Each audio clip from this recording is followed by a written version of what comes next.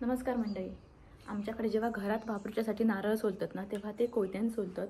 कोयतो म्हणजे ह्या हत्यार, असा लोखंडी हत्यार असतात, त्याका धार असता आणि मागे अशी मूठ असता. बऱ्याच वेळा ही मूठ लाकडी असता. आता ह्या कोयत्यात आम्ही प्लास्टिकची मूठ घातली आहे. पण जेव्हा जास्त क्वांटिटीत नारळ होई असतात ना, तेव्हा आमच्याकडे सुळक्यावर नारळ सोलतात. कोकणातल्या बऱ्याच नारळ बागायतदारांकडे सुळके असतात. आता नारळाचे मशनी इलेत, पण आमच्याकडे अजूनही सुळको असता आणि आम्ही सुळक्यावर नारळ सोलतो. तर सुळको म्हणजे काय ते तुमका दाखवते. ह्यो सुळको असा लाकडी हत्यार असता आणि त्याका पुढे ना इकडे टोक असता, धार असता इकडे लोखंडी हत्यार आणि त्याका खाली ना असं आधारासाठी सपोर्टसाठी लाकडी पाट केलेलो असता. ह्या धारेवर आम्ही नारळ सोलतो. तर नारळ कसं सोलतो तो तुमका दाखवते. हां, ह्यो नारळ, ही नारळाची देठाची बाजू आणि ही नारळाची खालची बाजू. नारळ इकडे मध्ये असता. वरचा जो भाग हा इकडे नारळाची किशी असता. तर ह्या भागात नारळ जरा मऊ असतात, त्याच्यामुळे तो सुळक्यात घुसवलो की नारळ व्यवस्थित सोललो जातं. मी तुमका सोलून दाखवते. हां,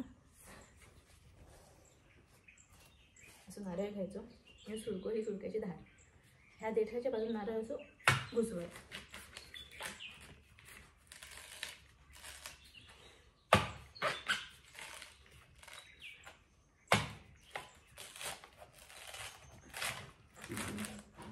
नारळ सोलून ताकद लागतात, पण एकदा हात बसलो की काय नाही.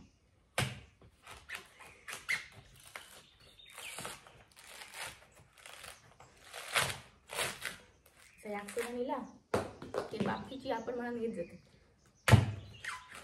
घुसवायचा, असं नारळ करतो त्याच्यावर थोडा नाही. दुसरा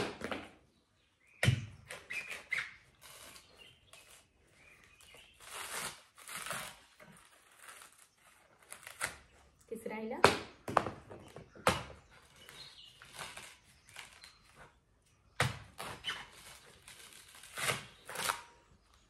झालं सोडून. आता हे किशी होते काढूया. हां,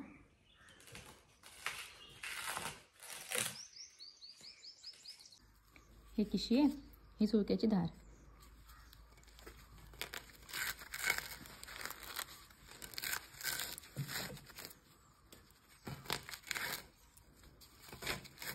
अशी काढायची.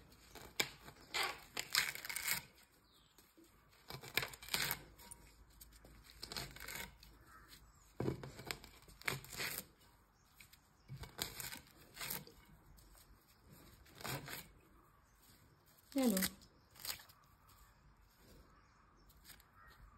हे बघा, झालं सोलून.